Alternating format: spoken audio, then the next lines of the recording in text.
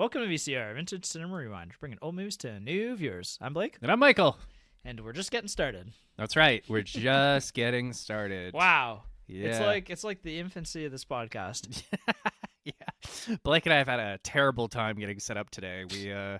We were just sitting at the table for a while, and we realized something was amiss when we realized we had no microphones in front of us. So then we had to get those set up. Yeah, and then Blake hit me over the head with one. I'm only slightly exaggerating. He actually was putting it together, and the mouthpiece just aimlessly drifted into my arm. My dog just farted behind me. Yeah, so... Also your mouthpiece. Ugh, what is that? It's my mouth. All right. It's my mouthpiece. Shall we get into it? Yeah, let's do it. Cool. So we are talking today about Army of Shadows, which I gave you a list of movies, as I normally do, and you were real excited about this. Well, and I thought it's because you had seen this movie already, but it turns out, I think, that you just really like the name of this movie. Actually, what happened is you gave me a list of movies, and my eyes latched onto Army of Shadows. I'm like, I can't wait to rewatch Army of Shadows. I really want to see the scene where Bruce Campbell fights the evil version of himself, and he rallies the peasants together to defend the castle.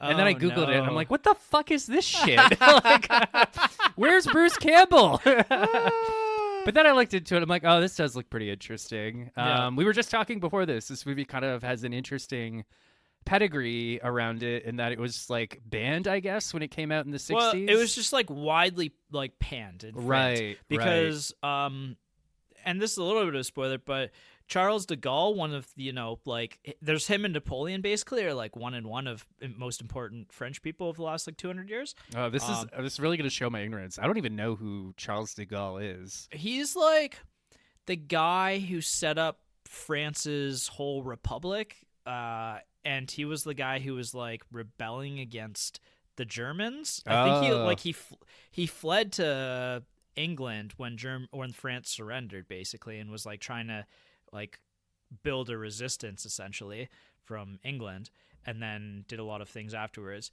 But he's an interesting character in history because he's like widely recognized as one of the great leaders of history, and some people really don't like him as well.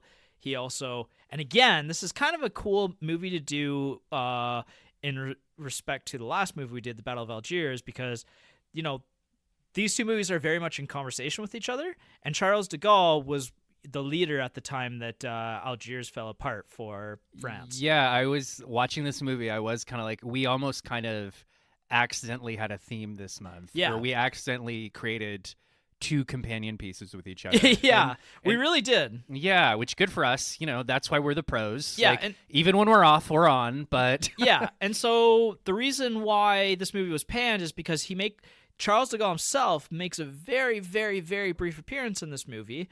And the French people at this point in time were not happy with him. So This movie basically didn't get a wide release. Like, it was panned when it came out in France, and so therefore it didn't get released to any other countries until like a decade later. Wow, okay. And then it actually didn't even come to America until like 2006 or something like that. Yeah, like we would have been like 13 at the time, right? Yeah. That's how recent that was. Yeah, wild, right? right. And apparently people loved it when it came out. So, well, and spoilers, I kind of love this movie too. It's funny. I feel like I'm on a negative kick lately. I don't know that I fully vibed with this movie in the same way that I don't know that I fully vibed with the Battle of Algiers, but there is a lot to like about this movie. Yes. There are certain sequences where I like sat up on my couch and I was like, oh my God. There's some things that I've never seen done before in a movie. Yeah, agreed. And I guess we'll get into that. Should we do like a plot summary? Yeah, let's go in the plot summary. Okay, so it's a little bit difficult to do a plot summary in sort of, again, similar to Battle of Algiers, right, in that there's kind of, well, conversely, as opposed to Battle of Algiers, which only had, an ostensible main character. Yep. This one has a more significant main character, and his name is Philippe Gerbier. Yeah, that. So he's kind of this. He actually kind of reminded me, and maybe this is just because it's the last French movie we did. Fuck, what was the name of that movie with like the evil AI and the guy in the trench coat? Oh, the French guy. Oh, Alphaville. Oh, yeah. Alphaville. You know what? That's a great comparison in terms of like characters. Yeah, I was gonna say that, like, so that guy, our main character, he kind of reminded me of the dude from Alphaville in the sense that he's kind of just this, hulking mass of a man. yeah, like a little bit pudgy, a little bit muscular. Yep. He looks kind of like, he looks like he could be like a down and out college professor or, some kind of an investigator. And Right. when we open, he's being taken to essentially a POW camp to await trial. And then he sort of escapes and joins back up with his fellow resistance mates. And then it's all this long, sad, like ultimately kind of fruitless, rebellious efforts to stop the Nazis. Yeah, right? and it's kind of, I think you kind of nailed it in the sense that, like, this movie doesn't have a traditional plot where it's like, okay, there's, the 3-act structure, and there's a plot point that leads us into Act 2, which is the plot point that leads us into Act 3, and there's like this overarching story that gets resolved. It's more about like the characters in the moment-to-moments that happen during this rebellion. Yeah, it really and I think one of the reasons why this movie was so controversial when it came out is that it shows the French resistance as not entirely the most morally scrupulous group of people, right? Yeah, it paints a very realistic picture of what a rebellion actually looks like. Much similar to the Battle of Algiers, actually. Right, and it's somewhat understated in the sense that, like, these aren't like big heroic men. I almost and like, women. I almost was like, I was like watching this movie. I'm like, is this like The Great Escape, but like for depressed people? Because that's kind of what it feels like, Like, these aren't super charismatic, good-looking people. They're just very desperate, like youngish to middle-aged people who are trying to stop the Nazis just through like sheer ingenuity. Yeah. Their backs are against the wall. They've basically got no resources on their sides. Yeah. And they're just desperately trying to stop this regime. Yep.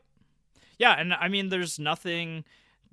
It's not even like they have a whole lot of people that they can trust. Most of them are using fake names. Like, it's kind of funny. Like, there's really like 4 main guys, and as a joke, I said to myself, like, is this it? Like, is this the French resistance? Right. Like, yeah. Just these 4 guys? Yeah. And I mean, part of why this movie kind of works for me, and I think this is going to work for some people, is I particularly with Philippe Gerbier, like, this is a character who's very pragmatic, and I found his character arc and the decisions that he makes in this movie extraordinarily compelling as a watch. It's not like this is a character that develops and reconciles with his actions. It's more of a character who over time becomes very hardened and learns, like, that to be a leader in this world, you have to do things that other people aren't necessarily willing to do in order just to survive, basically.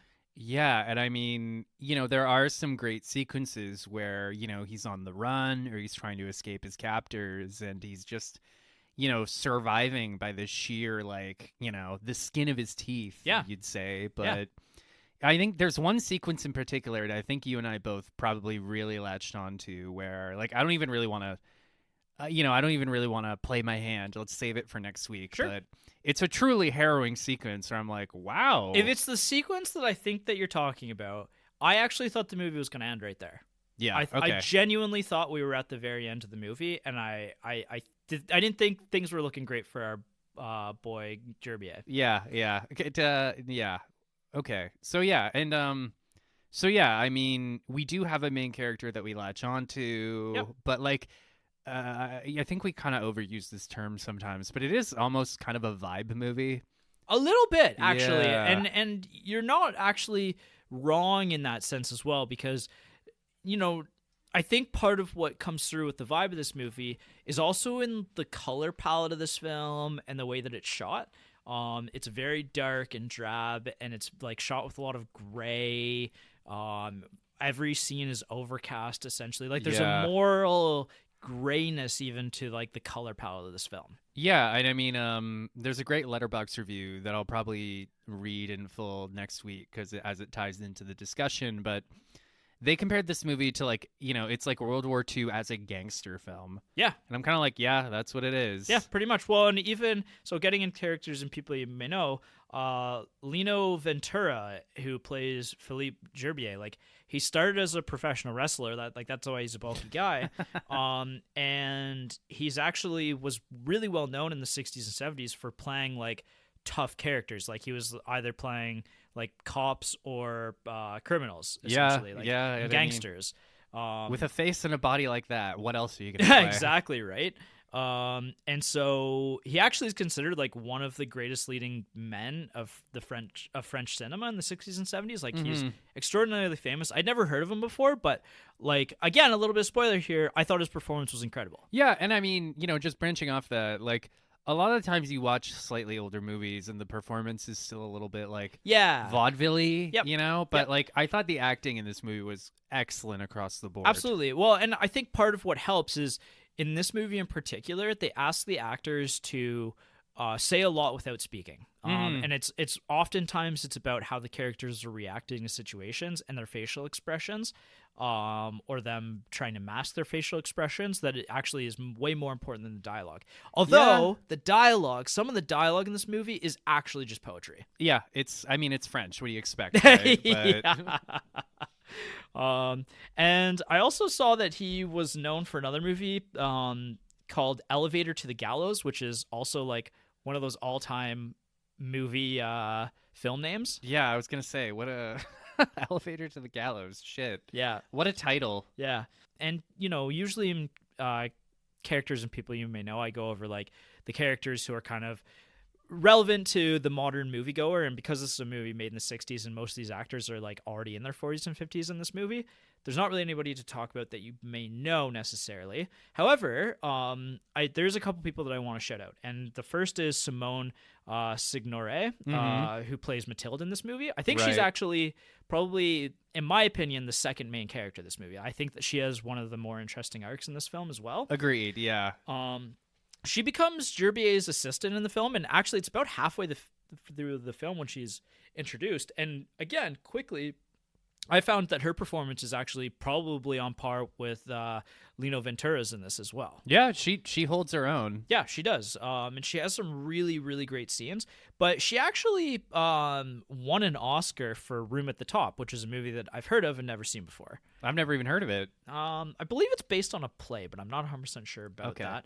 She also starred in a film called Les Diaboliques, which is a 1955 film that is essentially like an early 50s horror movie, like a French horror movie that is basically like considered like almost like the OG Psycho. Oh, and actually the character or the actor Paul Maroussi, who plays Saint Luc Jardy, the philosopher, he actually starred in Les Diaboliques as well as a sadistic headmaster. And so Les Diaboliques it's based on a book. It's a psychological horror thriller. And actually, Alfred Hitchcock really wanted to adapt it, and the French ended up adapting it themselves. And so instead of doing that, Les Diaboliques is basically the inspiration for the book and then movie Psycho.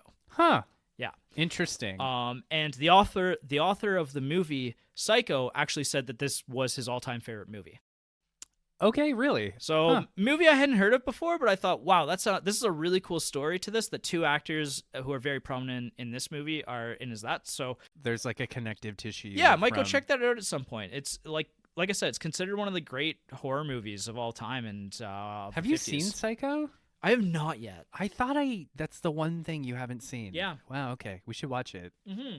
Actually, believe it or not, this is very random, but we were just talking about Longlegs, but the director of Longlegs is the Psycho's son. Oh, the guy? The actor? No, not the... Well, yeah, the actor in Psycho. Norman Bates' actor? Yeah, Norman Bates' actor. We should really know this off the top of our heads, but we don't. I can't remember his name. Okay. I haven't seen the movie, so I haven't done the research. Do you know that Psycho had like 8 sequels or something? Yeah. Like it was like a weird underground franchise for a long time. Yeah. Lots of horror movies just do that, and somehow they just kind of like make enough money to thrive like that. You keep making enough money to keep making bad movies. Yeah. I'm sure some of them are great. And then this is directed by Jean-Pierre Melville, who's considered the godfather of the French New Wave. Okay. So he was like one of the first independent French filmmakers in the 50s and 60s who became very famous, and like obviously that led into when we did what's his name, Godard. Godard. Yeah.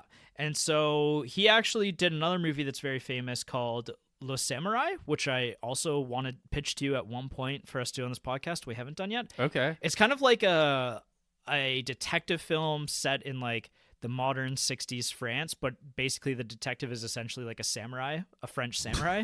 So apparently it's amazing. You know what? I'm interested. I've often thought that detective fiction could be emboldened by more sword fights. You know what this shit needs? A sword fight. Yeah. So who's this movie for? Does it hold up to a modern watch? And I think that to start this one, I think that we have to kind of talk about the pacing. Because this movie is very slow and very deliberately slow. Yeah, like there's a lot of wide, long shots with like very minimal cuts. Yes. Like for instance, at the beginning he's at the POW camp and like they're like, "Come on, we'll show you to your barracks," and then they walk over to the barracks. And they're still walking over to the barracks, and they're still walking over to the barracks. And he's talking about like who's there, right? Right, but I was like, wow, they really want us to see every fucking step. Yeah. On the one hand, I'm like, it is a good way to build tension, because like with fewer cuts, you do kind of have this like anticipatory dread building up. Yep. Conversely, it often does bleed into like monotony. Yeah, and I think for me, like I kind of felt that the pacing was deliberate enough that I never really got bored or kind of checked out, but I can understand like somebody who isn't used to this kind of pacing would maybe struggle a little bit more than I did. Yeah, I will admit, cards on the table, I was pretty engaged for the first maybe 45 minutes. Yep. After that, I did kind of start really feeling the length of this. There are definitely parts where I checked out, but then something interesting would happen and I'd check back in. Right. Then I'd check out again. So I almost felt like, what do you call that thing? Like a lure, that thing that bobs on the surface when you go fishing? Yeah. I felt like a lure. Like I'm in, I'm out. I'm in, I'm out. But, Yeah, so this one might not be for everyone. I think this is going to be more for people who can handle a slower pace, but I think that this is worth a lot of people's time. It's a really exceptionally well-made World War II movie from the French perspective. Mm-hmm. Not a lot of films about the French resistance, too. No, not at all. Not that I've seen, anyway. No, neither have I. So I really liked that perspective. I also, again, I thought this movie was exceptionally well made, well acted. Like, pretty much everything from the performances to even, like, some of the camera work and even the violence actually holds up. Yeah, I mean, there's a great moment where a character who's been captured, he's tied to a chair, interrogated. We cut away from him, then we cut back, and like a commander or somebody walks into the room. Very casually, and the guy's not really moving. And he just kind of like comes over and like lifts his head, and you see like all the bruises and all the cuts on his face as he's been tortured. And yep. Yeah. Well, and even just the way that the camera is framed in that and moves in scenes like that, right? Like it's very slow and deliberate, and it's way camera movements that like I'm not used to seeing in older movies. Yeah, like it's mobile, but again, it's almost like, we're kind of it's mobile, but we're usually seeing things from a slightly detached angle, if that makes sense. Yeah, at times anyway. So, yeah, I mean, I would say I have a lot to recommend about this movie. I think that the most comparable thing to modern day that I would say that, if you're kind of into it for the political intrigue, and maybe the, everyman espionage, I think the TV show Andor is actually a weird but comparable I didn't think we'd be talking about Andor today. Yeah, probably. I mean, I think, and I think I said this last week too when we were talking about Battle of Algiers, but like if you're interested in Algeria or the history of this conflict, who would really like this movie? Who? Your dad.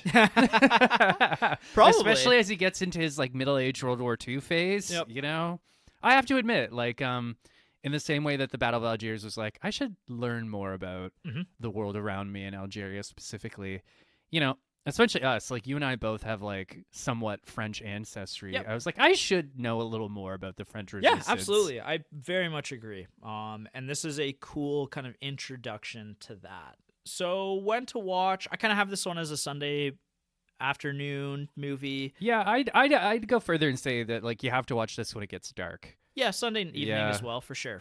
Especially with the color tones, I think it works when everything else is pretty dark as well. This one is a little tough to find right now, honestly. Yeah, this one was a bit of a hassle. I had to like reactivate my Apple account and recover my password.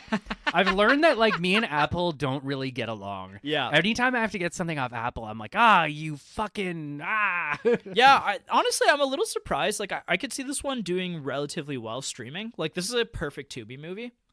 Yeah, no, I mean, yeah, actually, no, you're right. Tubi, it would do really well on Tubi. Yeah, so maybe we'll see it there eventually. But unfortunately not on YouTube. No. I feel like we've had good luck lately where you can just find these fucking movies on YouTube, but no, not this time. Well, and part of it's because, again, this one's a little bit of a hidden gem. Like, it's a movie that was completely passed by in its time and it was somehow resurrected. Still hasn't really gotten the attention it deserves. I mean, we're only doing it because I mistook it for a Bruce Campbell movie. But no, even like online, like on websites like TV Tropes or IMDb, there's just not a lot there. No. Yeah. It's, it's fairly, people on Letterboxd seem to be responding pretty well to it. But I mean, they're the freaks who would gobble this shit up. Yeah, exactly. So... And apparently I belong there. You heard it here first, folks. I think you're all freaks. Ooh. That's okay. I'm a freak, too. Well, I mean, here's the thing. Cards on the table. I genuinely think that this is a 5-star masterpiece that is worth most people's time. And again, you kind of have to just accept the pacing or... And, I feel like I always have to apologize when I don't like a movie. But, like, I will fully admit I am a slightly twitchy, I'm very easily bored, let's say. Yeah. So, like, as soon as this movie kind of kicked in, I was like, shit. Like... Well, and for me, like, the character of Philippe Gerbier is, like... to me, one of the all-time great performances, but it's also one of these interesting characters that... he's very, very pragmatic, and we don't often see characters in the good guy position who are stone cold killers, like very pragmatic. Well, you also don't see that in the context of like a World War II fighting Nazis kind of thing. Like right? he's not heroic in the traditional sense at all, by any means. Like he honestly looks kind of like a nerd. Well, I said he looks like a down on his luck professor. Yeah. So, yeah. So, yeah, there's a lot of... And I mean, I think that is... I obviously didn't like this movie as much as you, but like the things I really did like are the moments that really highlighted just how morally ambiguous this whole resistance is. Right. Yeah, for sure. So I think we're going to have a lot to talk about in the deep dive. So why don't we leave it there and we'll see you next week. Bye-bye. Cool.